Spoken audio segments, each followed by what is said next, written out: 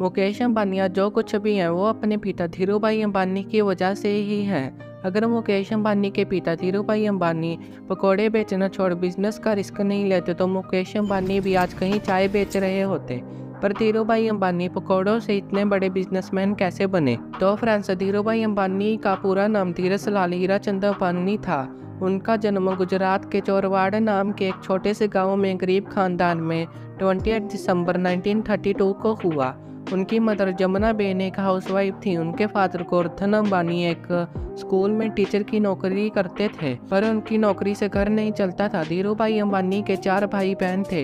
इतनी गरीबी में वो अपनी पढ़ाई ना कर सके और उन्होंने हाई स्कूल में स्टडी ड्रॉप कर दी और अपने पिता के साथ भजिया बेचने लगे।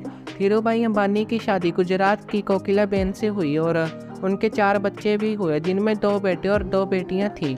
उनके नाम मुकेश अंबानी, अनिल अंबानी, नीता अंबानी और दीप्ति अंबानी है। धीरूभाई अंबानी ने स्टार्टिंग में फ्रूट और नाश्ता बेचा और फिर पकौड़े बेचे, पर उन्हें इसमें ज़्यादा फायदा नहीं हुआ। फिर वो ये सब छोड़ यमन में नौकरी करने चले गए, जहां उन्होंने पेट्रोल पंप पे अपनी पहली नौकरी की। धीरूभाई अंबानी को बिजनेस के बारे में नई चीज़ें जानने में बहुत रुचि थी, इसलिए वो 25 पैसे में मिलने वाली चाय को बड़े रेस्टोरेंट में जाकर 1 रुपए में पीते। वो ऐसा फुकरापंती में नहीं करते थे, बल्कि उन्हें वहाँ पर बैठे बिजनेसमैन की नई नई बातें सुननी होती थी। धीरूभाई अंबानी 2 साल तक मेहनत करके मैनेजर की पोस्ट तक पहुँचे।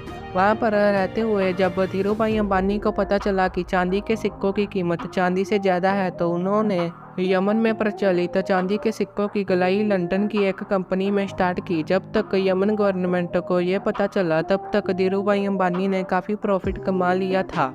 पर कुछ समय बाद यमन की आज़ादी के लिए वहाँ पर प्रोटेस्ट होने लगे, तो वहाँ पर काम कर रहे इंडियंस को अपनी नौकरी छोड़ना पड़ा। धीरूभाई अंबानी भी अपनी नौकरी छोड़ इंडिया वापस आ गए। इंडिया में आकर उन्होंने पॉलिएस्टर धागे और मसालों के इंपोर्ट एक्सपोर्ट का बिजनेस अपने चचेरे भाई के साथ स्टार्ट किया। 15,000 रुपये से उन्होंने रिलायंस कमर्शियल के पहले ऑफिस की स्टार्टिंग की। ये बस 350 स्क्वायर फीट का था। धीरूभाई अंबानी के बिजनेस करने के स्टाइल अलग होने के कारण उन्होंने 1965 में चंपकलाल दमानी से पार्टनरशिप तोड़ दी और फिर उन्होंने सूत का बिजनेस किया, जिसमें उनको बहुत कामयाबी मिली। उन्हें कपड़े के बिजनेस की नॉलेज होने के कारण उन्होंने 1966 में अहमदाबाद में एक बिजनेस मिल स्टार्ट की, जहां कपड़े बनाने में पॉलिएस्टर धागे का यूज़ होता था। उन्होंने इस ब्रांड का नाम विमल रखा।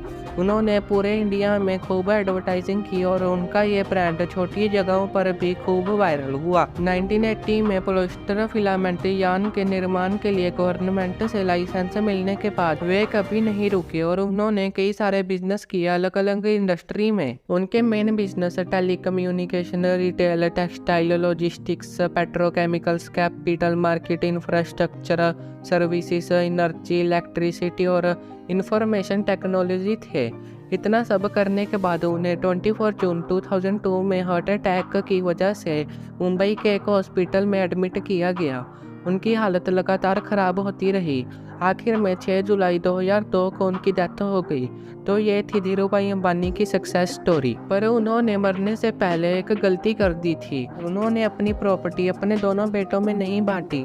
धीरूभाई अंबानी की डेथ के बाद उनके दोनों बेटों मुकेश अंबानी और अनिल अंबानी में झगड़े होने लगे कि कौन सी कंपनी कौन लेगा। पर कोकिला बेन ने उनके बीच आकर प्रॉपर्टी का बंटवारा दोनों में कर दिया। मुकेश अंबानी को सारी ओल्ड कंपनी जैसे रिलायंस इंडस्ट्रीज, पेट्रोलियम, पेट्रोकेमिकल्स जैसी कंपनीज मिली और वहीं पर अनिल अंबानी को सारी राइजिंग और न्यू कंपनीज जैसे Reliance communication, Reliance capital, energy, broadcast जैसी कंपनी से मिली। मुकेश अंबानी को शुरू से ही लाइमलाइट में आना पसंद नहीं था।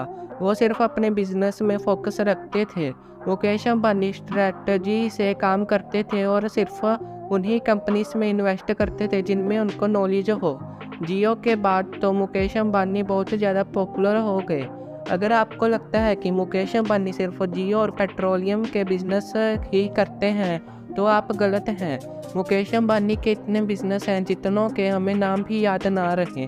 तो आइए मैं आपको उनमें से कुछ के नाम बताता हूँ। Oil chemicals, Reliance gas, Reliance digital, Jio, Jio mart, milk basket, Dunzo, urban ladder, Jio लक्सी, Clovia, Amante, Netmed, book my show, just dial, Reliance retail, Hamleys, Jio and Jio mart offline stores, Reliance fresh, Reliance footwear, Reliance मसाले, only Vimal, mark and Spencer, Ritu Kumar, Manish Malhotra, Jio Saavn, Jio cinema, Jio TV, Jio fiber TV में Colors, CNBC, Voot, money control, Forbes, CNN, Nickelodeon और cold drink में Campa Cola भी मुकेश अंबानी की है।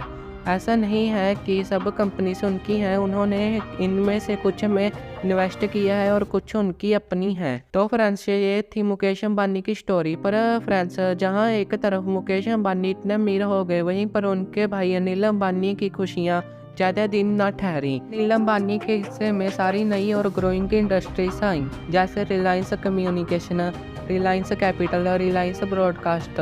दोनों भाइयों के बीच में एग्रीमेंट भी हुआ कि दोनों में से कोई भी 10 साल तक के एक दूसरे के बिजनेस में एंटर नहीं कर सकता। तो इस तरह दिसंबर 2005 में इनका बंटवारा कंप्लीट हो गया। बंटवारे के बाद आम जनता से लेकर मीडिया चैनल्स तक सब यही कह रहे थे कि अनिल अंबानी अब बहुत तेजी से ग्रो करेंगे, और उनकी ये बातें सच भी हुई। अनिल अंबानी का ये गोल्डन पीरियड था। 2008 में उनकी नेटवर्थ $42 बिलियन थी और वो 6th रिचेस्ट पर्सन थे इन द वर्ल्ड। आम जनता, news channels, politics, social media, सब पर उनकी बातें ही होती थी। अनिल अंबानी को भी लाइमलाइट में रहना बहुत पसंद था। वो अपने घर से ऑफिस भी हेलीकॉप्टर में जाते थे। उन्होंने और भी कई सारी चीज़ें की, पर किसको पता था कि उनका ये गोल्डन पीरियड ज़्यादा समय तक नहीं रहेगा। अब उनका डाउनफॉल शुरू हो गया। अनिल अंबानी ने बिजनेस ग्रो करने के लिए अपनी कई सारी कंपनीज में बड़ी बड़ी इन्वेस्टमेंट की। उनमें से एक कंपनी थी रिलायंस कम्युनिकेशन।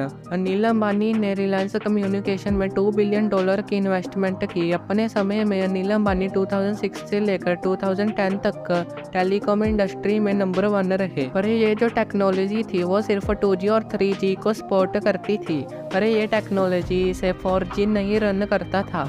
इसलिए नई नई 4G कंपनीज आने लगी और इससे अनिल अंबानी की यह कंपनी लॉस में चली गई। अनिल अंबानी की यह कंपनी पूरी तरह से तब बर्बाद हुई जब मुकेश अंबानी जियो को लेकर आए। दोनों भाइयों में हुआ 10 साल वाला एग्रीमेंट पूरा हो गया था। जब जियो लॉन्च हुआ तब बड़ी बड़ी कंपनी जो प्रॉफिट में थी वो लॉस में चली गई और कई कंपनीज तो बंद ही हो गई।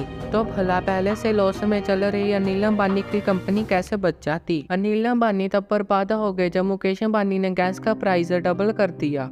दोनों भाइयों में एक और एग्रीमेंट भी हुआ था जिसमें लिखा था कि मुकेश अंबानी अनिल अंबानी को सस्ते में गैस देंगे। जो गैस अनिल अंबानी को $2.34 में मिलती थी, मार्केट में प्राइस बढ़ने से के कारण मुकेश अंबानी ने गैस का प्राइस डबल $4.24 कर दिया। अनिल अंबानी इस मसले को कोर्ट में भी लेकर गए, पर वो ये केस हार गए। अब अनिल अंबानी की ज़्यादातर कंपनीज लॉस में चली गई थी। अनिल अंबानी ने कई सारे गलत फैसले भी लिए। जब उन्होंने देखा कि उनकी ज़्यादातर कंपनी से डूब रही हैं, तो उन्हें बचाने के लिए अनिल अंबानी ने बड़े बड़े लोन्स लिए। पर जब लोन्स से भी उनका बिजनेस रन न हुआ तो उनके ऊपर हजारों करोड़ों का कर्जा हो गया। एक समय में उनके ऊपर $7 बिलियन का कर्जा था। एक कंपनी का $80 मिलियन का कर्जा ना चुकाने की वजह से उन्हें जेल भी होने वाली थी, पर फिर मुकेश अंबानी ने बीच में आकर उनका कर्जा चुकाया और उन्हें जेल जाने से बचाया। अभी अनिल अंबानी की ज़्यादातर कंपनीज जा तो कर्जा चुकाने के लिए बिक चुकी हैं, या फिर वो लॉस में जाकर बंद हो गई हैं। अनिल अंबानी ने कोर्ट में खड़े होकर खुद कहा है कि अब मेरी नेटवर्थ 0 है। तो यहीं पर एंड होती है अनिल अंबानी की स्टोरी और अंबानी खानदान की सीरीज। राधा कृष्ण।